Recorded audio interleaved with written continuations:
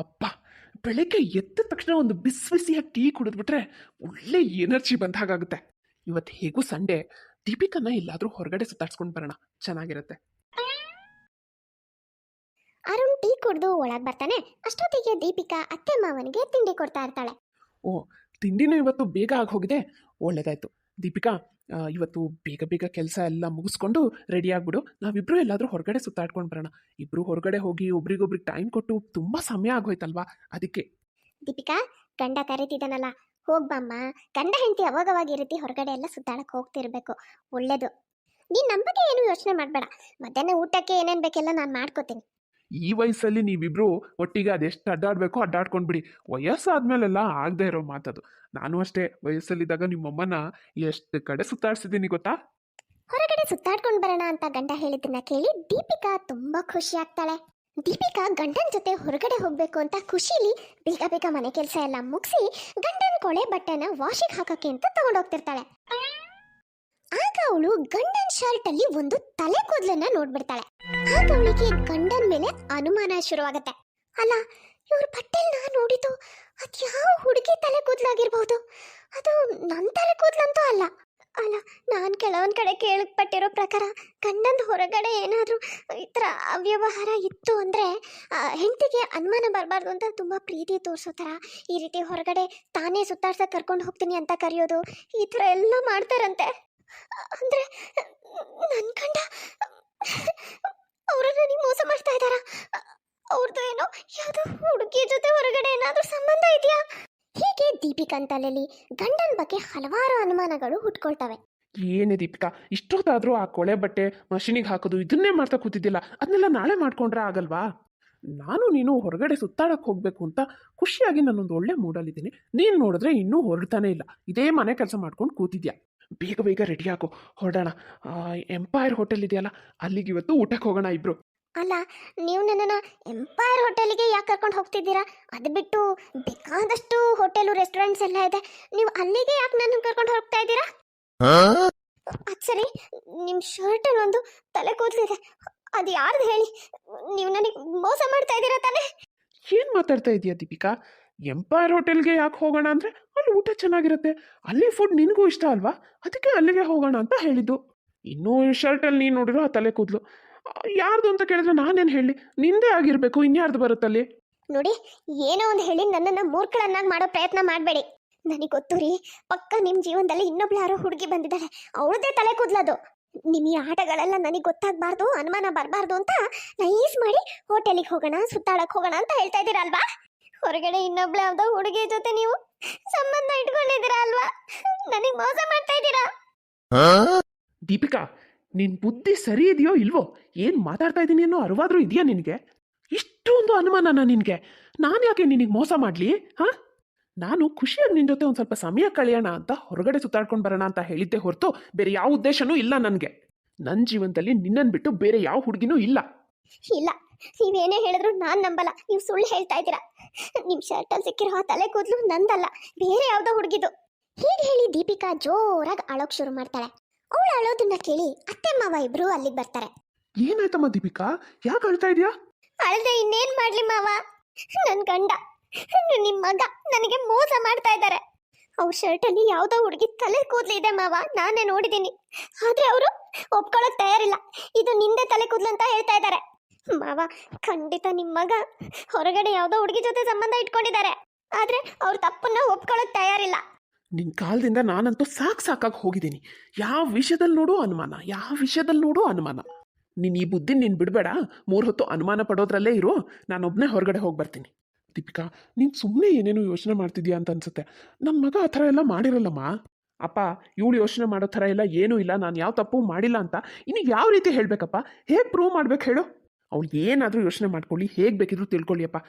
ನನ್ನಿಂದ ಇನ್ನೂ ಏನು ಹೇಳೋಕ್ಕೆ ಸಾಧ್ಯ ಇಲ್ಲ, ನಾನು ಹೊರಗಡೆ ಹೋಗಿ ಬರ್ತೀನಿ. ಹೆಂಡತಿ ಅನುಮಾನದಿಂದ ಬೇಜಾರು ಮಾಡ್ಕೊಂಡು ಮನೆಯಿಂದಾಚೆ ಬರೋ ಅರುಣ್ ದೃಷ್ಟಿ ಪಕ್ಕದ ಮನೆ ರಜತ್ ಮತ್ತೆ ಅವನ ಹೆಂಡತಿ ಕಡೆ ಹೋಗುತ್ತೆ. ರಜತ್ ಚೆನ್ನಾಗಿ ರೆಡಿಯಾಗಿ ಹೆಂಡತಿ ಜೊತೆ ಹೊರಗಡೆ ಹೋಗೋಕ್ಕೆ ರೆಡಿಯಾಗಿ ನಿಂತಿರ್ತಾನೆ. ರೀ, ನಿಜವಾಗ್ಲೂ ನೀವು ನನ್ನನ್ನು ಎಷ್ಟು ಪ್ರೀತಿಸ್ತೀರಾ. ನಾನು ಏನೇ ಹೇಳಿದ್ರು ಏನೇ ಕೇಳಿದ್ರು ಇಲ್ಲ ಅನ್ನಲ್ಲ. ನಾನು ಏನೇ ಇಷ್ಟಪಟ್ಟರು ಕೊಡಿಸ್ತೀರಾ. ಪ್ರತಿ ವಾರ ನನ್ನನ್ನು ಸುತ್ತಾಡ್ಸಕ್ಕೆ ಕರ್ಕೊಂಡು ಹೋಗ್ತೀರಾ. ಯಾವುದಕ್ಕೂ ಇಲ್ಲ ಅನ್ನಲ್ಲ. ನಿಜವಾಗ್ಲೂ ದೇವರು ನಿಮ್ಮಂಥ ಗಂಡನ್ನೇ ಎಲ್ಲ ಹೆಣ್ಮಕ್ಳಿಗೂ ಕೊಡಬೇಕು. ನಾನೊಂದು ಮಾತು ಹೇಳ ಸಂಧ್ಯಾ, ನಿನ್ನಷ್ಟು ಖರ್ಚು ಮಾಡಿಸೋ ಹೆಂಡತಿ ಮಾತ್ರ ಯಾವ ಹುಡುಗನಿಗೂ ಸಿಗ್ಬಾರ್ದು. ಏನಂದ್ರೆ? ಏನೂ ಇಲ್ಲ ಡಿಯರ್, ನಿನಗೇನಾದ್ರೂ ಅನ್ನೋಷ್ಟು ಧೈರ್ಯ ನನಗೆಲ್ಲಿಂದ ಬರಬೇಕು? ನಾನು ದುಡಿಯೋದೇ ನಿನ್ಗೋಸ್ಕರ ಅಲ್ವಾ? ಅಂದಮೇಲೆ ನೀನು ಎಷ್ಟು ಖರ್ಚು ಮಾಡಿದ್ರೆ ಏನು? ಅಲ್ವಾ ಮತ್ತೆ. ಸರಿ ಸರಿ, ಲೇಟ್ ಆಗ್ತಿದೆ, ಬನ್ನಿ ಹೊರಡೋಣ. ರಜತ್ ಮತ್ತೆ ಸಂಧ್ಯಾ ಇಬ್ರು ಖುಷಿ ಖುಷಿಯಿಂದ ಹೊರಗಡೆ ಸುತ್ತಾಡಕ್ ಹೋಗ್ತಾರೆ. ಅವರಿಬ್ರನ್ನು ನೋಡಿ ಅರುಣ್ಗೆ ತುಂಬಾ ಖುಷಿ ಅನ್ಸುತ್ತೆ. ನಮ್ಮ ಪಕ್ಕದ ಮನೆಗೆ ಬಂದಿರೋ ಈ ಕಪಲ್ಸ್ ಇಬ್ರು ಎಷ್ಟು ಚೆನ್ನಾಗಿದ್ದಾರೆ, ಎಷ್ಟು ಹೊಂದಾಣಿಕೆ ಇದೆ. ಅವನ ಹೆಂಡತಿ ಎಷ್ಟು ಒಳ್ಳೆ ಹುಡುಗಿ, ಆ ಹುಡ್ಕನೂ ಅಷ್ಟೇ ಕಡಿಮೆ ಸಂಪಾದನೆ ಮಾಡ್ತಾ ಇದ್ರು ಹೆಂಡತಿ ಜೊತೆ ಎಷ್ಟು ಸಂತೋಷವಾಗಿದ್ದಾನೆ. ಅದೇ ನನ್ನ ಹಣೆ ಬರ ಹೇಗಿದೆ ನೋಡು. ನಾನು ಇಷ್ಟು ಚೆನ್ನಾಗಿ ಸಂಪಾದನೆ ಮಾಡ್ತೀನಿ, ನನ್ನ ಹೆಂಡತಿನ ಖುಷಿಯಾಗಿಡಬೇಕು ಅಂತ ಏನೆಲ್ಲ ಪ್ರಯತ್ನ ಮಾಡ್ತೀನಿ, ಆದರೆ ನನ್ನ ಹೆಂಡತಿ ಪ್ರತಿಯೊಂದು ವಿಷಯದಲ್ಲೂ ಅನುಮಾನ ಪಡೋದು. ಎಲ್ಲ ನನ್ನ ಹಣೆ ಬರ.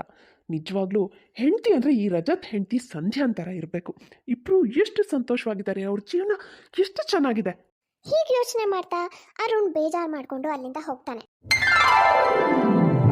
ಒಂದಿನ ರಜತ್ ಸಂಬಳ ಬರುತ್ತೆ.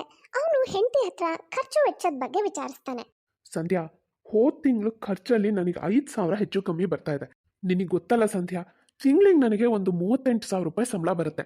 ಅದರಲ್ಲಿ ನೀನು ಒಂದು 10-15,000 ರೂಪಾಯಿ ಅನಾವಶ್ಯಕ ಖರ್ಚು ಮಾಡಿಬಿಟ್ಟಿರ್ತೀಯ. ನಾನು ನಿನಗೆ ಸೇವಿಂಗ್ಸ್ ಅಂತ 5,000 ರೂಪಾಯಿ ಕೊಟ್ಟಿದ್ನಲ್ವಾ, ಈಗ ನೋಡಿದ್ರೆ ಆ ಹಣನೂ ಖರ್ಚಾಗಿದೆ ಅಂತ ಹೇಳ್ತಾ ಇದೆಯಾ. ಹೇಳು, ಆ ಹಣ ನೀನು ಎಲ್ಲಿ ಖರ್ಚು ಮಾಡಿದೆ? ಅಂದ್ರೆ ನೀವು ಕೊಡೋ ದುಡ್ಡನ್ನೆಲ್ಲ ನಾನು ಸುಮ್ಮನೆ ಖರ್ಚು ಮಾಡ್ತೀನಿ, ಸಿಕ್ಕಾಪಟ್ಟೆ ಖರ್ಚು ಮಾಡೋಳು ಅಂತ ಹೇಳ್ತಾ ಇದ್ದೀರಾ? ನೀವು ಹೇಳೋ ಹಾಗೆ ನಾನೇನು ಅನಾವಶ್ಯಕ ಖರ್ಚು ಮಾಡಲ್ಲ, ಯೋಚನೆ ಮಾಡಿನೇ ಮಾಡ್ತೀನಿ. ನೀವು ನನಗೆ 5,000 ರೂಪಾಯಿ ಸೇವಿಂಗ್ಸ್ಗೆ ಅಂತ ಕೊಟ್ಟಿದ್ರಲ್ಲ, ಅದರಲ್ಲಿ ನಾನು ಬೆಳ್ಳಿ ಕಾಲು ಗೆಜ್ಜೆ ತೊಗೊಂಡು ಬಂದಿದ್ದೀನಿ. ನಿಮಗೆ ಗೊತ್ತಲ್ವಾ ದಿನೇ ದಿನೇ ಚಿನ್ನ ಮತ್ತು ಬೆಳ್ಳಿ ರೇಟ್ ಎಷ್ಟು ಜಾಸ್ತಿ ಆಗ್ತಾ ಇದೆ ಅಂತ. ನಾವು ಚಿನ್ನ ಬೆಳ್ಳಿಗೆ ಇನ್ವೆಸ್ಟ್ ಮಾಡೋದು ಅದೇನು ವೇಸ್ಟ್ ಅಲ್ಲ, ಅದು ಒಂಥರ ಸೇವಿಂಗ್ಸೇ. ನೀವೇ ಹೇಳಿ, ಇದು ಅನಾವಶ್ಯಕ ಖರ್ಚಾ? ನನಗೂ ಅರ್ಥ ಆಗುತ್ತೆ ಸಂಧ್ಯಾ, ಆದರೆ ನಾನು ಹೇಳ್ತಿರೋದೇನೆಂದರೆ ಸ್ವಲ್ಪ ಖರ್ಚನ್ನ ಕಡಿಮೆ ಮಾಡು, ಕಂಟ್ರೋಲಲ್ಲಿರು ಅಂತ. ಇವಾಗೇನೋ ಬೆಳ್ಳಿ ಕಾಲ್ಗೆಜೆ ತಂದೆ ಓಕೆ, ಆದರೆ ಪ್ರತಿ ತಿಂಗಳು ನೀನು ಆ ಬಟ್ಟೆ ಅಂತೆ ಅದಂತೆ ಇದ್ದಂತೆ ನಿಮ್ಮ ಅಮ್ಮಂಗೆ ನಿಮ್ಮ ಮನೆಯವರಿಗೆಲ್ಲ ಗಿಫ್ಟ್ ತೊಗೊಳೋದು ಈ ಥರ ಎಲ್ಲ ಎಷ್ಟು ಖರ್ಚು ಮಾಡ್ತೀಯ ಹೇಳು? ಅಷ್ಟೊಂದೆಲ್ಲ ಖರ್ಚು ಮಾಡೋದು ಒಳ್ಳೇದಲ್ಲ ಸಂಧ್ಯಾ. ಸ್ವಲ್ಪ ಸೇವಿಂಗ್ಸ್ ಅಂತ ಇರಬೇಕಾಗುತ್ತೆ. ಸಮಯ ಸಂದರ್ಭ ಹೇಗಿರುತ್ತೋ ಗೊತ್ತಾಗಲ್ಲ ಅಲ್ವಾ? ಸ್ವಲ್ಪ ನಾನು ಹೇಳೋದನ್ನು ಅರ್ಥ ಮಾಡ್ಕೊ. ಹೆಂಡತಿ ತುಂಬಾ ಖರ್ಚು ಮಾಡೋದ್ರ ಬಗ್ಗೆ ಅವಳಿಗೊಂದಷ್ಟು ಹೇಳ್ಬಿಟ್ಟು ರಜತ್ ಕೋಪ ಮಾಡ್ಕೊಂಡು ಅಲ್ಲಿಂದ ಹೋಗ್ತಾನೆ. ಹೀಗೆ ಕೆಲವು ದಿನ ಕಳೆಯುತ್ತೆ. ಒಂದಿನ ರಜತ್ ಅರುಣ್ ತನ್ನ ಹೆಂಡತಿಗೋಸ್ಕರ ಕಾಸ್ಟ್ಲಿ ಕಾಸ್ಮೆಟಿಕ್ಸ್ನ ಪರ್ಚೇಸ್ ಮಾಡ್ತಾ ಇರೋದನ್ನ ನೋಡ್ತಾನೆ. ಅರುಣ್ ಅವ್ರ ಲೈಫ್ ಅಂದರೆ ಲೈಫು ಸೂಪರ್ ಆಗಿದೆ. ಪ್ರತಿ ತಿಂಗಳು ಅವ್ರ ಇನ್ಕಮ್ ಎಷ್ಟು ಚೆನ್ನಾಗಿದೆ, ತುಂಬ ಒಳ್ಳೆ ಇನ್ಕಮ್ ಇದೆ. ಆದರೂ ಅವ್ರ ಹೆಂಡತಿ ಒಂದೊಂದು ರೂಪಾಯಿನೂ ಸೇವ್ ಮಾಡ್ತಾರೆ, ಅನ್ನೆಸರಿ ಖರ್ಚು ಮಾಡಿಸಲ್ಲ. ಅವ್ರ ಹೆಂಡತಿ ಅಂತೂ ಏನು ಕೇಳಲ್ಲ. ಇವರು ತಾವಾಗೆ ಬಂದು ಹೆಂಡತಿಗೋಸ್ಕರ ಕಾಸ್ಟ್ಲಿ ಆಗಿರೋ ಕಾಸ್ಮೆಟಿಕ್ಸ್ನ ಪರ್ಚೇಸ್ ಮಾಡ್ತಾ ಇದ್ದಾರೆ.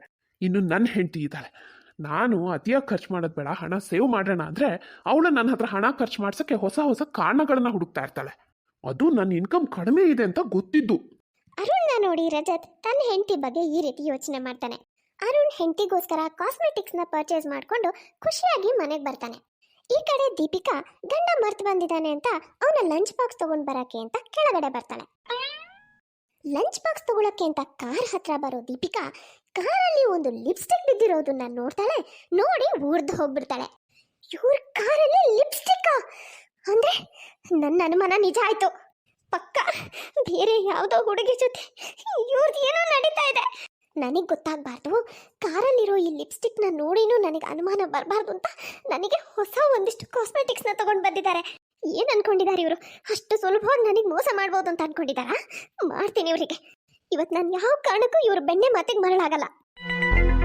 ದೀಪಿಕಾ ಸೀದಾ ಗಂಡನ ಹತ್ರ ಬಂದು ಆ ಲಿಪ್ಸ್ಟಿಕ್ನ ತೋರಿಸಿ ಕೇಳ್ತಾಳೆ, ಏನು ಹೇಳ್ತೀರಾ?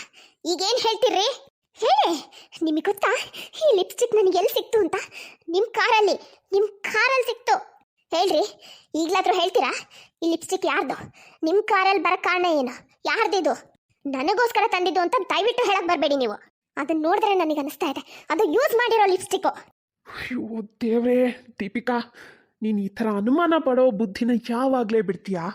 ನಿನಗೆ ಕಾರಲ್ಲಿ ಸಿಕ್ಕಿರೋ ಲಿಪ್ಸ್ಟಿಕ್ಕು ಬೇರೆ ಯಾರ್ದೋ ಅಲ್ವೇ, ಅದು ನಿಂದೇ ಲಿಪ್ಸ್ಟಿಕ್ಕು. ನಿನಗೆ ನೆನಪಿದ್ಯಾ? ಈಗೊಂದು 4-5 ದಿನದ ಹಿಂದೆ ನಾವು ಮೂವಿ ನೋಡೋಕ್ಕೆ ಅಂತ ಹೊರಟಿದ್ವಿ. ಅವಾಗ ನೀನು ಕಾರಲ್ಲಿ ಲಿಪ್ಸ್ಟಿಕ್ ಹಚ್ಕೊಳ್ತಾ ಇದ್ದೆ. ಅವಾಗ ನಾನು ಸಡನ್ನಾಗಿ ಬ್ರೇಕ್ ಹಾಕಿದೆ, ಲಿಪ್ಸ್ಟಿಕ್ಕು ನಿನಗೆ ಕೈ ಜಾರಿ ಕೆಳಗಡೆ ಬಿದ್ದು ಹೋಯ್ತು.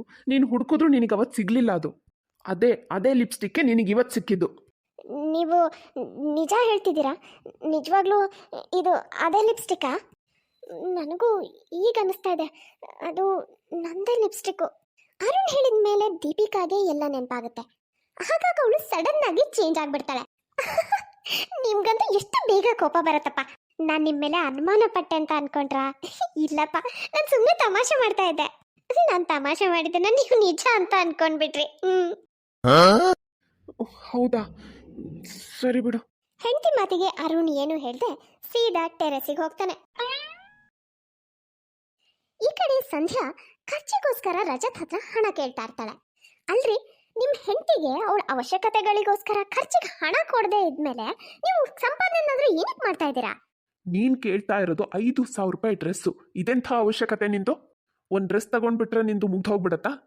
ಆಮೇಲೆ ಅದಕ್ಕೆ ಮ್ಯಾಚಿಂಗ್ ಪರ್ಸು, ಮ್ಯಾಚಿಂಗ್ ಚಪ್ಪಲಿ, ಮ್ಯಾಚಿಂಗ್ ಸ್ಟಿಕ್ಕರು, ಮ್ಯಾಚಿಂಗ್ ಕ್ಲಿಪ್ಪು, 1,000 ಇರುತ್ತೆ. ಈ ಥರದ್ದು ಮುಗ್ದು ಹೋಗ್ಬಿಡತ್ತಾ ಒಂದು ಡ್ರೆಸ್ ತಗೊಂಡ ತಕ್ಷಣ? ನಿನಗೆ ಎಷ್ಟು ಸಲ ಹೇಳಿದ್ದೀನಿ ಅನಾವಶ್ಯಕ ಹಣ ಖರ್ಚು ಮಾಡಬೇಡ, ಹಣ ಸೇವ್ ಮಾಡಬೇಕು ಅಂತ. ಅದು ಅಲ್ಲದೆ ನನ್ನ ಮನೆಗೂ ಹಣ ಕಳಿಸ್ಬೇಕಾಗಿರುತ್ತೆ ಪ್ರತಿ ತಿಂಗಳು. ನಿನ್ನ ಈ ಖರ್ಚು ಕಡೆಯಿಂದ ನಾನು ಪ್ರತಿ ತಿಂಗಳು ಮನೆಗೆ ಸರಿಯಾಗಿ ಹಣ ಕಳ್ಸೋಕ್ಕೂ ಆಗ್ತಿಲ್ಲ. ನಿನಗೆ ಯಾಕೆ ಎಷ್ಟು ಹೇಳಿದ್ರು ಯಾವುದೂ ಅರ್ಥ ಆಗ್ತಿಲ್ಲ. ನಿನ್ನೆನೂ ಅಷ್ಟೇ, ನನಗೆ ಕೇಳ್ದೆ ನನ್ನ ಪರ್ಸಿಂದ 1,000 ರೂಪಾಯಿ ತೊಗೊಂಡಿದ್ಯಾ. ಆ 1,000 ರೂಪಾಯಿನ ಏನು ಮಾಡಿದೆ ಹೇಳು? ನನಗಂತೂ ನಿಮ್ದು ಈ ಲೆಕ್ಕ ಕೇಳಿ ಕೇಳಿ ಸಾಕಾಗಿ ಹೋಗಿದೆ. ನಿಮ್ಗಿಂತ ಆ ಪಕ್ಕದ ಮನೆ ಅರುಣ್ ಅಣ್ಣ ಎಷ್ಟೋ ಒಳ್ಳೆಯವರು. ಪ್ರತಿದಿನ ಹೆಂಡತಿಗೆ ಏನಾದರೂ ಒಂದು ತಂದು ಕೊಡ್ತಾನೆ ಇರ್ತಾರೆ. ಇನ್ನು ನೀವು ಇದ್ದೀರಾ, ನಾನು ಬಾಯ್ ಬಿಟ್ಟು ಕೇಳಿದ್ರು ಏನೂ ಕೊಡ್ಸಕ್ಕೆ ರೆಡಿ ಇರಲ್ಲ. ಏನೋ ನಿಮ್ಮ ಪರ್ಸಿಂದ 1,000 ರೂಪಾಯಿ ಬೇಕಿತ್ತು ಅಂತ ತಗೊಂಡಪ್ಪ, ಅಷ್ಟಕ್ಕೆ 100 ಮಾತು ಅಂತೀರಾ. ನೀವು ಹೆಂಗೆ ಆಡ್ತೀರಾ ಅಂದರೆ ನಾನು ನಿಮ್ಮ ಹೆಂಡತಿ ಅಲ್ಲ, ನಿಮ್ಮ ವೈರಿ ಅನ್ಬೇಕು, ಆ ಥರ ನಡ್ಕೋತೀರಾ ನನ್ನ ಜೊತೆ. ಹೀಗೆ ಸಂಧ್ಯಾ ಗಂಡನ್ನ ಪಕ್ಕದ ಮನೆ ಅರುಣ್ ಜೊತೆ ಕಂಪೇರ್ ಮಾಡಿ ಮಾತಾಡೋಕೆ ಶುರು ಮಾಡ್ತಾಳೆ. ಹಾಗಾಗಿ ಅವನು ಕೋಪ ಮಾಡಿಕೊಂಡು ಸೀದಾ ಟೆರೆಸಿಗೆ ಹೋಗ್ತಾನೆ. ಹೀಗೆ ಅರುಣ್ ಮತ್ತೆ ರಜತ್ ಇಬ್ರು ಟೆರೆಸಿಗೆ ಬರ್ತಾರೆ. ಒಬ್ರನ್ನೊಬ್ರು ನೋಡಿ ಮಾತಾಡೋಕೆ ಶುರು ಮಾಡ್ತಾರೆ. ಅರುಣ್, ನೀವು ನಿಮ್ಮ ಹೆಂಡತಿಗೆ ಅವಾಗವಾಗ ಒಳ್ಳೆ ಸೀರೆ, ಕಾಸ್ಮೆಟಿಕ್ಸು, ಒಡವೆ, ಅದು ಇದು ಅಂತ ಗಿಫ್ಟ್ ಕೊಡ್ತಾನೆ ಇರ್ತೀರಲ್ವ? ಅದನ್ನು ನೋಡಿ ನನ್ನ ಹೆಂಡತಿನೂ ನನ್ನ ಹತ್ರ ಕೇಳ್ತಾಳೆ. ಆದರೆ ಅವಳಿಗೆ ಅಷ್ಟೆಲ್ಲ ಕೊಡಿಸೋಷ್ಟು ನನ್ನ ಸಂಪಾದನೆ ಇಲ್ಲ. ಅದನ್ನು ನಾನು ಅವಳಿಗೆ ಎಷ್ಟೇ ಅರ್ಥ ಮಾಡಿಸೋ ಪ್ರಯತ್ನ ಮಾಡಿದ್ರೂ ಅವಳ ಅರ್ಥನೇ ಮಾಡ್ಕೋತಾ ಇಲ್ಲ. ಯಾವಾಗ ನೋಡಿದ್ರು ಅನ್ನೆಸೆಸರಿ ಖರ್ಚು ಮಾಡೋದ್ರಲ್ಲೇ ಇರ್ತಾಳೆ. ಎಷ್ಟು ಹೇಳಿದ್ರು ಕೇಳಲ್ಲ. ಅತಿಯಾಗಿ ಖರ್ಚು ಮಾಡೋ ಈ ನನ್ನ ಹೆಂಡತಿ ಕಡೆಯಿಂದ ನಾನಂತೂ ಸಾಕಾಗಿ ಹೋಗಿದ್ದೀನಿ ಅರುಣ್. ನಿಜ ಹೇಳಬೇಕಂದ್ರೆ ನಿಮ್ಮದು ಬೆಸ್ಟ್ ಅರುಣ್, ನೀವು ಪುಣ್ಯ ಮಾಡಿದ್ದೀರಾ. ನಿಮ್ಮ ಹೆಂಡತಿ ಎಷ್ಟು ಒಳ್ಳೆಯವರು, ಪ್ರತಿಯೊಂದನ್ನು ಎಷ್ಟು ಚೆನ್ನಾಗಿ ಅರ್ಥ ಮಾಡ್ಕೊಂಡು ಹೋಗ್ತಾರೆ. ನೀವು ಇಷ್ಟು ಒಳ್ಳೆ ಸಂಪಾದನೆ ಮಾಡಿದ್ರೂ ಅವ್ರು ಅತಿಯಾಗಿ ಖರ್ಚು ಮಾಡೋಕ್ಕೆ ಹೋಗಲ್ಲ. ರಜತ್, ನೀವು ನನ್ನ ಹೆಂಡತಿ ಬಗ್ಗೆ ದೂರದಿಂದ ನೋಡಿ ಹೀಗೆ ಹೇಳ್ತಿದ್ದೀರಾ. ಒಂದ್ಸಲ ನಮ್ಮ ಮನೆಗೆ ಬಂದು ನೋಡಿ, ಆಮೇಲೆ ಗೊತ್ತಾಗುತ್ತೆ ನನ್ನ ಹೆಂಡತಿ ಎಷ್ಟು ಅನುಮಾನದ ಸ್ವಭಾವದಳು, ಅದರಿಂದ ನನಗೆ ಎಷ್ಟು ಹಿಂಸೆ ಆಗ್ತಿದೆ ಅಂತ ಆಮೇಲೆ ಗೊತ್ತಾಗುತ್ತೆ ನಿಮಗೆ. ಪ್ರತಿಯೊಂದು ವಿಷಯದಲ್ಲೂ ಅನುಮಾನ ಪಡೋ ನನ್ನ ಹೆಂಡತಿಗಿಂತ ಖರ್ಚು ಮಾಡೋ ನಿಮ್ಮ ಹೆಂಡತಿನೇ ಬೆಸ್ಟ್ ಅನಿಸುತ್ತೆ. ನನಗೆ ಹೆಂಗೆ ಅನಿಸುತ್ತೆ ಅಂದರೆ, ನನ್ನ ಹೆಂಡತಿ ನನ್ನ ಹತ್ರ 1 ರೂಪಾಯಿ ಉಳಿದೇ ಇರೋ ಥರ ಖರ್ಚು ಮಾಡಿಸಿದ್ರು ನನಗೆ ಬೇಜಾರಿಲ್ಲ. ಆದರೆ ಅವಳು ಅನುಮಾನ ಪಡದೇ ಇದ್ದರೆ ಸಾಕು, ಆ ಥರ ಆಗಿ ಹೋಗಿದೆ. ನಿಮ್ಮ ಹೆಂಡತಿ ಏನೋ ಒಂದು ಸ್ವಲ್ಪ ಹಣ ಖರ್ಚು ಮಾಡ್ಬೋದು, ಆದರೆ ಅನುಮಾನದ ಬುದ್ಧಿ ಇಲ್ವಲ್ಲ? ಮತ್ತು ನೀವು ಯಾಕೆ ಇಷ್ಟೊಂದು ಟೆನ್ಷನ್ ಆಗಿದ್ದೀರಾ? ನನ್ನ ಪ್ರಕಾರ ಹೇಳಬೇಕಂದ್ರೆ ನೀವು ಖುಷಿಯಾಗಿರಬೇಕು, ಆರಾಮಾಗಿರಬೇಕು. ಹೀಗೆ ಅರುಣ್ಗೆ ರಜತ್ ಜೀವನ ಚೆನ್ನಾಗಿ ಅನಿಸ್ತಾ ಇರತ್ತೆ, ರಜತ್ಗೆ ಅರುಣ್ ಜೀವನ ಚೆನ್ನಾಗಿ ಅನಿಸ್ತಾ ಇರತ್ತೆ. ಯಾಕಂದ್ರೆ ಅರುಣ್ಗೆ ರಜತ್ ಹೆಂಡತಿ ಬೆಸ್ಟ್ ಆಗಿ ಕಾಣ್ತಿರ್ತಾಳೆ, ರಜತ್ಗೆ ತನ್ನ ಹೆಂಡತಿಗಿಂತ ಅರುಣ್ ಹೆಂಡತಿ ಬೆಸ್ಟ್ ಆಗಿ ಕಾಣ್ತಿರ್ತಾಳೆ. ಒಂದಿನ ಅರುಣ್ ತನ್ನ ತಂಗಿ ಅಕ್ಷತಾಗೋಸ್ಕರ ಕೆಲವೊಂದು ಡ್ರೆಸ್ಗಳನ್ನು ತಂದಿರ್ತಾನೆ. ಅಕ್ಷತಾ ಹಾಸ್ಟೆಲಲ್ಲಿ ಇದ್ದಾಳಲ್ವ, ಇನ್ನೇನು ಎಕ್ಸಾಮ್ ಮುಗಿಸ್ಕೊಂಡು ಬರ್ತಾಳೆ. ಅವಳು ಬರೋವಾಗ ಕೊಡೋಕ್ಕೋಸ್ಕರ ನಾನು ಅವಳಿಗೆ ಕೆಲವೊಂದು ಡ್ರೆಸ್ಗಳನ್ನು ತಂದಿದ್ದೀನಿ. ದೀಪಿಕಾ, ನಿನಗೂ ತಂದಿದ್ದೀನಿ, ತಗೊಂಡು ಹೋಗಿ ಹಾಕ್ಕೊಂಡು ನೋಡು, ನಿನಗಿಷ್ಟ ಆಗುತ್ತೋ ಇಲ್ವೋ ಹೇಳು. ಅತ್ತೆ, ಅಕ್ಷತಂಗೆ ಇವ್ರು ಇದಕ್ಕೂ ಮೊದಲು ಯಾವಾಗಲಾದ್ರೂ ಡ್ರೆಸ್ ತಗೊಂಡು ಬಂದಿದ್ದನ್ನ ನೋಡಿದ್ದೀರಾ? ರಕ್ಷಾ ಬಂಧನ್ ಟೈಮಲ್ಲೂ ಅಷ್ಟೇ, ಅವಳು ರಾಖಿ ಕಟ್ಟಿದಾಗ ಅವಳ ಕೈಗೆ ನೀನೇ ಡ್ರೆಸ್ ತಗೋ, ನನಗೆ ಅದೆಲ್ಲ ಗೊತ್ತಾಗಲ್ಲ ಅಂತ ಅವಳ ಕೈಗೆ ದುಡ್ಡು ಕೊಟ್ಟಿದ್ರು ಬಿಟ್ರೆ ತಾವಾಗೆ ಯಾವತ್ತೂ ತಂದಿಲ್ಲ. ಅಂಥದ್ರಲ್ಲಿ ಇವತ್ತು ತಾವಾಗೆ ಹೋಗಿ ಅವಳಿಗೆ 4-5 ಜೊತೆ ಬಟ್ಟೆ ತಗೊಂಡು ಬಂದಿದ್ದಾರೆ ಅಂದರೆ ನನಗೆಲ್ಲೋ ಒಂದು ಕಡೆ ನನ್ನ ಅನುಮಾನ ನಿಜ ಅಂತ ಅನ್ನಿಸ್ತಾ ಇದೆ. ನೀವು ಈ ಬಟ್ಟೆಗಳನ್ನೆಲ್ಲ ಬೇರೆ ಯಾವಾಳಿಗೋ ತಂದಿದ್ದೀರಾ? ಬೇಕಂತ ನಮಗೆ ಅನುಮಾನ ಬರಬಾರ್ದು ಅಂತ ಅಕ್ಷತಂಗ್ ತಂದಿದ್ದು ಅಂತ ಸುಳ್ಳು ಹೇಳ್ತಾ ಇದ್ದೀರಾ? ಅತ್ತೆ, ನೀವೇ ಹೇಳಿ ಅತ್ತೆ, ನನ್ನ ಅನುಮಾನ ನಿಜಾನೂ ಸುಳ್ಳು? ಇವ್ರು ಯಾವತ್ತಾದ್ರೂ ಅಕ್ಷತಂಗೆ ತಾವೇ ಹೋಗಿ ಬಟ್ಟೆ ತಂದಿದ್ದಾರಾ? ಇಲ್ಲ ತಾನೆ. ಅಂಥದ್ರಲ್ಲಿ ಇವತ್ತು ಹೋಗಿ ತಾವೇ ತಂದಿದ್ದಾರೆ ಅಂದ್ರೆ ಇದು ಖಂಡಿತ ಅಕ್ಷತಂಗಲ್ಲ, ಬೇರೆ ಯಾವಾಳಿಗೋ ತಂದಿದ್ದಾರೆ. ದೀಪಿಕಾ, ಸ್ವಲ್ಪ ಸಮಾಧಾನವಾಗಿರಮ್ಮ. ಪ್ರತಿ ಸಮಯದಲ್ಲೂ ನನ್ನ ಮಗನ ಮೇಲೆ ಈ ಥರ ಅನುಮಾನ ಪಡೋದು ಒಳ್ಳೇದಲ್ಲ. ಇಷ್ಟೆಲ್ಲ ಅನುಮಾನ ಸ್ವಭಾವ ಇಟ್ಕೊಂಡ್ರೆ ಒಳ್ಳೇದಲ್ಲಮ್ಮ, ಆ ಸಂಬಂಧಗಳು ಹಾಳಾಗಿ ಹೋಗುತ್ತೆ ಅಷ್ಟೇ. ನಿಮ್ಗಳಿಗೂ ನಂದೇ ತಪ್ಪು ಅಂತ ಅನಿಸ್ತಿದೆ ಅಲ್ವಾ? ಅತ್ತೆ, ಪ್ರಿಯಾ ಅನ್ನೋಳು ಇವರಿಗೆ ಅವಾಗವಾಗ ಮೆಸೇಜ್ ಮಾಡ್ತಿರ್ತಾಳೆ, ಫೋನ್ ಮಾಡಿ ಮಾತಾಡ್ತಿರ್ತಾಳೆ. ಯಾರವಳು ಅಂತ ಕೇಳಿ. ಇವತ್ತು ಬೆಳಗ್ಗೆನೂ ಅವಳು ಇವರಿಗೆ ಗುಡ್ ಮಾರ್ನಿಂಗ್ ಅಂತ ಮೆಸೇಜ್ ಕಳಿಸಿದ್ದನ್ನು ನಾನು ನೋಡಿದ್ದೀನಿ. ಯಾವ ಕೊಲಿಗೆ ಈ ರೀತಿ ಬೆಳಗ್ಗೆ ರಾತ್ರಿ 3 ಹೊತ್ತು good morning, good night, good afternoon ಅಂತ ಮೆಸೇಜ್ ಕಳಿಸ್ತಾ ಇರ್ತಾರೆ? ನೀವೇ ಹೇಳಿ. ದೀಪಿಕಾ, ನಾನು ನಿನಗೆ ಎಷ್ಟು ಸಲ ಹೇಳಿದ್ದೀನಿ, ಪ್ರಿಯಾ ನನ್ನ ಕೊಲೀಗು, ನನ್ನ ಫ್ರೆಂಡ್ ಇದ್ದ ಹಾಗೆ. ಅಷ್ಟಕ್ಕೂ ನೀನು ಹೇಳೋ ಹಾಗೆ ನಾನೇನು ಅವ್ರ ಜೊತೆ 3 ಹೊತ್ತು ಮಾತಾಡಲ್ಲ. ಅವಳು ಅಷ್ಟೇ ಪದೇ ಪದೇ ನನಗೇನು ಫೋನ್ ಮಾಡಲ್ಲ. ಏನಾದರೂ ಆಫೀಸ್ದು ಏನಾದರೂ ವಿಷಯ ಇರುವಾಗ ಕೇಳೋಕ್ಕೆ ಮಾತಾಡೋಕ್ಕೆ ಮಾಡಿರ್ತಾರೆ, ಅಷ್ಟು ಬಿಟ್ಟರೆ ಬೇರೆ ಇನ್ನೇನು ಮಾತಾಡಲ್ಲ. ಏನೋ ಅವಾಗವಾಗ ಗುಡ್ ಮಾರ್ನಿಂಗ್ ಗುಡ್ ನೈಟ್ ಅಂತ ಮೆಸೇಜ್ ಕಳಿಸಿದ್ರೆ ಅದರಲ್ಲಿ ತಪ್ಪು ತಿಳ್ಕೊಳ್ಳೋವಂಥದ್ದು ಏನಿದೆ? ನಿಜವಾಗ್ಲೂ ನೀನು ಈ ಅನುಮಾನದ ಸ್ವಭಾವದಿಂದ ನನಗಂತೂ ಸಾಕಾಗಿ ಹೋಗಿದೆ, ಜೀವನನೇ ಬೇಜಾರಾಗಿ ಹೋಗಿದೆ.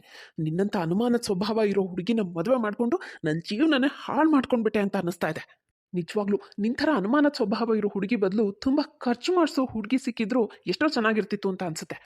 ಅವತ್ತು ಅರುಣ್ ಅಂತೂ ಸಿಕ್ಕಾಪಟ್ಟೆ ಬೇಜಾರು ಮಾಡಿಕೊಂಡು ಫ್ರಸ್ಟ್ರೇಟ್ ಆಗಿ ಈ ಥರ ಎಲ್ಲ ಮಾತಾಡ್ತಾನೆ.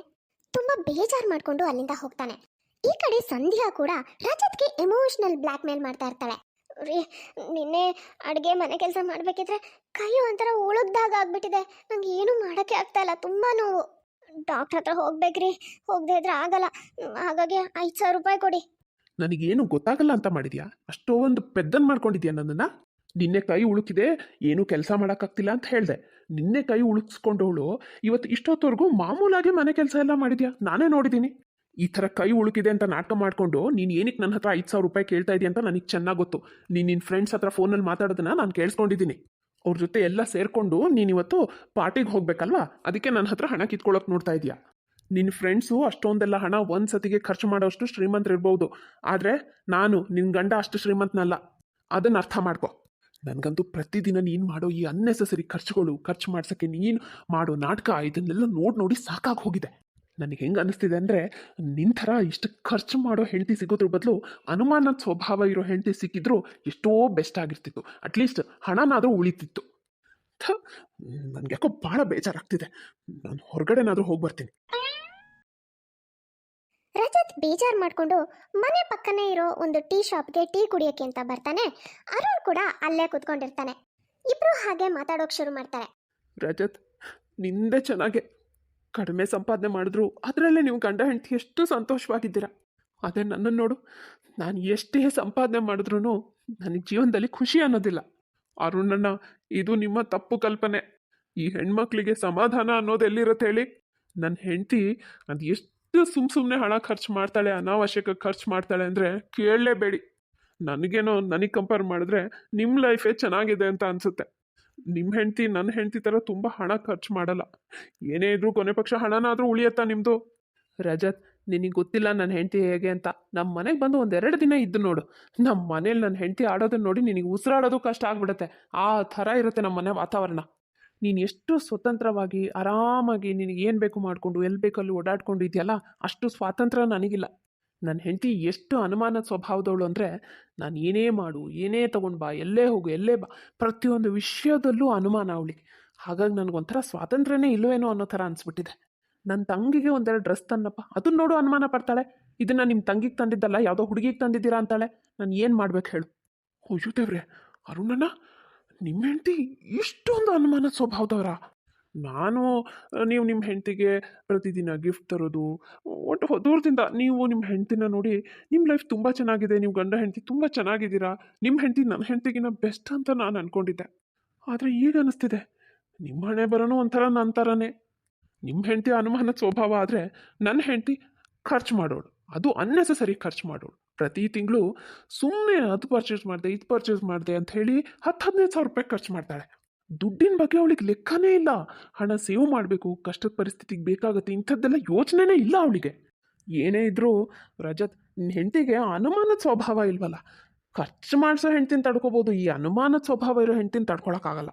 ನನ್ನ ಹೆಂಡತಿ ಅತಿಯಾಗಿ ಖರ್ಚು ಮಾಡೋಳಾಗಿದ್ದರೆ ನಾನು ಹ್ಯಾಂಡಲ್ ಮಾಡ್ತಿದ್ದೆ, ಆದರೆ ಈ ಥರ ಅನುಮಾನದ ಸ್ವಭಾವ ಇರೋ ಹೆಂಡ್ತಿನ ನನಗೆ ಹ್ಯಾಂಡಲ್ ಮಾಡೋಕ್ಕೆ ಆಗ್ತಿಲ್ಲ. ಅಣ್ಣ, ಹೇಳೋದು ಈಸಿ, ಕಡಿಮೆ ಸಂಪಾದನೆ, ಅದರಲ್ಲೂ ಬರೋ ದುಡ್ಡು ಪೂರ್ತಿ ಈ ನಮ್ಮನಿ ಹೆಂಡತಿ ಉಡಾಯಿಸ್ತಾ ಇದ್ರೆ ಅದನ್ನು ಹೆಂಗೆ ನೋಡಿ ಸಹಿಸ್ಕೊಳ್ತೀರಾ ಹೇಳಿ? ಅಣ್ಣ, ಒಂದು ವೇಳೆ ನಿಮ್ಮ ಹೆಂಡತಿ ಪೂರ್ತಿ ಹಣ ಅನ್ನೆಸೆಸರಿಯಾಗಿ ಖರ್ಚು ಮಾಡಿ ಕೊನೆಗೆ ಮನೆ ಬಾಡಿಗೆಗೂ ಹಣ ಉಳಿಲಿಲ್ಲ ಅಂತ ಇಟ್ಕೊಳ್ಳಿ, ಅವಾಗ ನಿಮಗೆ ಅರ್ಥ ಆಗುತ್ತೆ ಖರ್ಚು ಮಾಡೋ ಹೆಂಡತಿಗಿಂತ ಅನುಮಾನ ಪಡೋ ಹೆಂಡತಿ ಎಷ್ಟೋ ಮೇಲು ಅಂತ. ನೀವು ನಿಮ್ಮ ಹೆಂಡತಿ ಅನುಮಾನನ ಪರಿಹಾರ ಮಾಡಿಬಿಟ್ರೆ ಅಲ್ಲಿಗೆ ನಿಮ್ಮ ಪ್ರಾಬ್ಲಮ್ ಸಾಲ್ವ್ ಆಗಿಬಿಡುತ್ತೆ. ಆದರೆ ನಂದು ಹಂಗಲ್ಲ. ಹೀಗೆ ಇಬ್ರು ಒಬ್ರಿಗೊಬ್ರು ತಮ್ಮ ದುಃಖನ ಹೇಳ್ಕೊಳ್ತಾ, ನನ್ನ ಹೆಂಡತಿಗಿನ ನಿನ್ನ ಹೆಂಡತಿ ಪರವಾಗಿಲ್ಲ, ನಿನ್ನ ಹೆಂಡತಿಗಿನ ನನ್ನ ಹೆಂಡತಿ ಪರವಾಗಿಲ್ಲ ಅಂತ ಮಾತಾಡ್ತಾ ಇರ್ತಾರೆ. ನಾನು ಅನ್ಕೊಂಡಿದ್ದೆ ನನಗಿನ ನಿನ್ನ ಜೀವನ ಚೆನ್ನಾಗಿದೆ ಅಂತ, ನೀನು ಅನ್ಕೊಂಡಿದ್ದೆ ನಿನಗಿನ ನನ್ನ ಜೀವನ ಚೆನ್ನಾಗಿದೆ ಅಂತ. ಆದರೆ ನಿಜವಾಗ್ಲೂ ಇಬ್ಬರೂ ಜೀವನನೂ ಚೆನ್ನಾಗಿಲ್ಲ. ಹೌದಣ್ಣ, ನಿಜವಾಗ್ಲೂ ಇಲ್ಲಿ ಲೈಫ್ ಚೆನ್ನಾಗಿರೋದು ಅಂದರೆ ಮೋಹನ್ ಅಣ್ಣಂದು. ಯಾವಾಗ ನೋಡಿದ್ರು ಫ್ಯಾಮಿಲಿ ಎಲ್ಲ ಎಷ್ಟು ಖುಷಿಯಾಗಿರ್ತಾರೆ. ಇಬ್ರು ಹೀಗೆ ಮೋಹನ್ ಫ್ಯಾಮಿಲಿ ಬಗ್ಗೆ ಮಾತಾಡ್ತಾ ಇರ್ತಾರೆ. ಅಷ್ಟೊತ್ತಿಗೆ ಮೋಹನ್ ಮನೆಯಿಂದ ಪಾತ್ರೆಗಳನ್ನೆಲ್ಲ ಆಚೆ ಎಸೆಯೋ ಸೌಂಡ್ ಕೇಳತ್ತೆ. ಆಗ ಟೀ ಅಂಗಡಿಯವನು ಹೇಳ್ತಾನೆ, ಮೋಹನ್ ನನ್ನ ಮನೇಲಿ ಯುದ್ಧ ಶುರು ಆಯ್ತು. ಪಾಪ ಆ ಮೋಹನ್ ಅವ್ರಂತೂ ಅವ್ರ ಹೆಂಡತಿ ಕಾಲದಲ್ಲಿ ಸಾಕಾಗಿ ಹೋಗಿದ್ದಾರೆ. ಬರೀ ಜಗಳ ಮಾಡ್ತಿರ್ತಾರೆ. ಅಷ್ಟೊತ್ತಿಗೆ ಮೋಹನ್ ಮನೆಯಿಂದ ಓಡ್ಕೊಂಡು ಅದೇ ಟೀ ಶಾಪ್ ಹತ್ರ ಬರ್ತಾನೆ. ಅವನಿಗೆ ಮುಖದಲ್ಲಿ ಗಾಯ ಕೂಡ ಆಗಿರತ್ತೆ. ಮೋಹನಣ್ಣ, ಏನಾಯ್ತು? ಮುಖದಲ್ಲೆಲ್ಲ ಗಾಯ ಆಗಿದೆ. ಏನಂತ ಹೇಳಪ್ಪ ಅರುಣ್, ಮನೆಯಲ್ಲಿ 3 ಹೊತ್ತು ಜಗಳ ಮಾಡೋ, ಕೈಗೆ ಸಿಕ್ಕದನ್ನೆಲ್ಲ ತೆಗೆದು ಎಸಿ ಅಂತ ಹೆಂಡ್ತಿ ಇರೋವಾಗ ನಾನಿನ್ ಹೆಂಗ್ ತಾನೇ ಇರಕ್ ಸಾಧ್ಯ? ಒಂದ್ ಸ್ವಲ್ಪ ಕೋಪ ಬಂದ್ರೆ ಸಾಕು, ಕೈಗೆ ಸಿಕ್ಕದನ್ನೆಲ್ಲ ತೆಗೆದು ಎಸಿತಾಳೆ. ಪಾತ್ರೆ ಗೀತ್ರೆ ಎಲ್ಲ ಎಸಿತಾಳೆ. ಅದರಿಂದನೇ ನನಗೆ ಈ ಗಾಯ ಆಗಿರೋದು. ನಾನು ಸಂಪಾದನೆ ಮಾಡಿದ ಹಣ ಎಲ್ಲ ನನ್ನ ಹೆಂಡತಿ ಬಿಸ್ ಹಾಕಿ ಒಡೆದೋಗಿರೋ ವಸ್ತುಗಳನ್ನ ಸರಿ ಮಾಡೋದ್ರಲ್ಲೇ ಸುರಿತಾ ಇದ್ದೀನಿ ನಾನು. ಏನ್ ಮಾಡ್ಲಿ, ಜೀವನನೇ ಸಾಕಾಗಿ ಹೋಗಿದೆ. ಮೋಹನ್ ಪರಿಸ್ಥಿತಿ ನೋಡಿ ಅರುಣ್ ಮತ್ತೆ ರಜತ್ ಇಬ್ರು ಸೈಲೆಂಟ್ ಆಗ್ಬಿಡ್ತಾರೆ. ಸರಿ ನಾನು ಮನೆಗೆ ಹೋಗ್ತೀನಿ. ಜಾಸ್ತಿ ಹೊತ್ತು ಇಲ್ಲಿರೋಕ್ಕೂ ಆಗಲ್ಲ. ಇಲ್ಲಾಂದ್ರೆ ಮನೇಲಿರೋದೇನಾದ್ರೂ ವಸ್ತು ತಂದು ಇಲ್ಲೇ ನನ್ನ ತಲೆ ಮೇಲೆ ಹಾಕ್ಬಿಡ್ತಾಳೆ. ನಮ್ಮಿಬ್ರಿಗಿಂತ ಮೋಹನ್ ಅಣ್ಣನ ಲೈಫ್ ಚೆನ್ನಾಗಿದೆ ಅಂತ ನಾವು ಅನ್ಕೊಂಡಿದ್ವಿ. ಆದರೆ ಅವ್ರ ಪರಿಸ್ಥಿತಿ ನೋಡಿ. ಅವ್ರನ್ನ ನೋಡಿದ್ಮೇಲೆ ಈಗ ನನಗೆ ನಾನು ಖರ್ಚು ಮಾಡೋ ಹೆಂಡತಿ, ನಿಮಗೆ ನಿಮ್ಮ ಅನುಮಾನದ ಹೆಂಡತಿ ಎಷ್ಟೋ ಬೆಸ್ಟು ಅಂತ ನನಗೆ ಅನಿಸ್ತಾ ಇದೆ. ಕೊನೆ ಪಕ್ಷ ಈ ನಮ್ಮನೆ ಕೈಗೆ ಸಿಕ್ಕಿದ್ದನ್ನೆಲ್ಲ ತೊಗೊಂಡು ಅವ್ರಿಗೆ ಹೊಡೆಯೋದಿಲ್ಲ ನಮಗೆ, ಅಲ್ವಾ? ಹೌದು ರಜತ್, ನೀನು ಹೇಳ್ತಾ ಇರೋದು ನಿಜ. ನಮ್ಮ ಹೆಂಡ್ತಿನ ಬೇರೆಯವ್ರ ಹೆಂಡ್ತಿಗೆ ಕಂಪೇರ್ ಮಾಡಿ ನೋಡೋಕ್ಕೆ ಹೋಗಬಾರ್ದು. ಒಂಥರ ಚೆನ್ನಾಗಿಲ್ಲ ಅಂದರೆ ಇನ್ನೊಂದು ರೀತಿ ಅವ್ರು ಚೆನ್ನಾಗಿರ್ತಾರೆ, ಅಲ್ವಾ? ನನ್ನ ಹೆಂಡತಿ ಅನುಮಾನ ಪಡ್ಬೋದು, ಆದರೆ ಅವಳ ಅನುಮಾನ ನಾನು ಆ ಸಮಯಕ್ಕೆ ದೂರ ಮಾಡ್ತಾ ಹೋಗ್ಬಿಟ್ರೆ ಅವಳು ನನ್ನನ್ನು ಎಷ್ಟು ಪ್ರೀತಿಸ್ತಾಳೆ ಗೊತ್ತಾ? ಅವಳಷ್ಟು ಪ್ರೀತಿ ಮಾಡೋ ಹೆಂಡತಿ ಜಗತ್ತಲ್ಲಿ ಬೇರೆ ಯಾರೂ ಇಲ್ವೇನೋ ಅನಿಸುತ್ತೆ. ಅಷ್ಟು ಪ್ರೀತಿಸ್ತಾಳೆ ನನ್ನನ್ನು. ಅಯ್ಯಪ್ಪ, ಏನೇ ಆದರೂ ನನ್ನ ಹೆಂಡತಿ ನನಗೆ ಗ್ರೇಟ್ ಅಷ್ಟೇ. ಹೀಗೆ ಇಬ್ರಿಗೂ ಅರ್ಥ ಆಗುತ್ತೆ, ಹೆಂಡತಿ ಹೇಗೆ ಇರಲಿ ಅವ್ರ ಹೆಂಡತಿ ಅವರಿಗೆ ಬೆಸ್ಟ್ ಅಂತ. ನೋಡಿದ್ರಲ್ಲ ಫ್ರೆಂಡ್ಸ್, ಇವತ್ತಿನ ಈ ವಿಡಿಯೋ ನಿಮಗೆ ಸ್ವಲ್ಪನಾದರೂ ಇಷ್ಟ ಆಗಿದ್ರೆ ಪ್ಲೀಸ್ ಚಾನಲ್ನ ಸಬ್ಸ್ಕ್ರೈಬ್ ಮಾಡಿ. ಹಾಗೆ ಪ್ಲೀಸ್ ಒಂದು ಲೈಕ್ ಮಾಡೋದನ್ನು ಮಾತ್ರ ಮರಿಬೇಡಿ. ಮುಂದಿನ ವಿಡಿಯೋದಲ್ಲಿ ಮತ್ತೆ ಸಿಗೋಣ. Bye friends.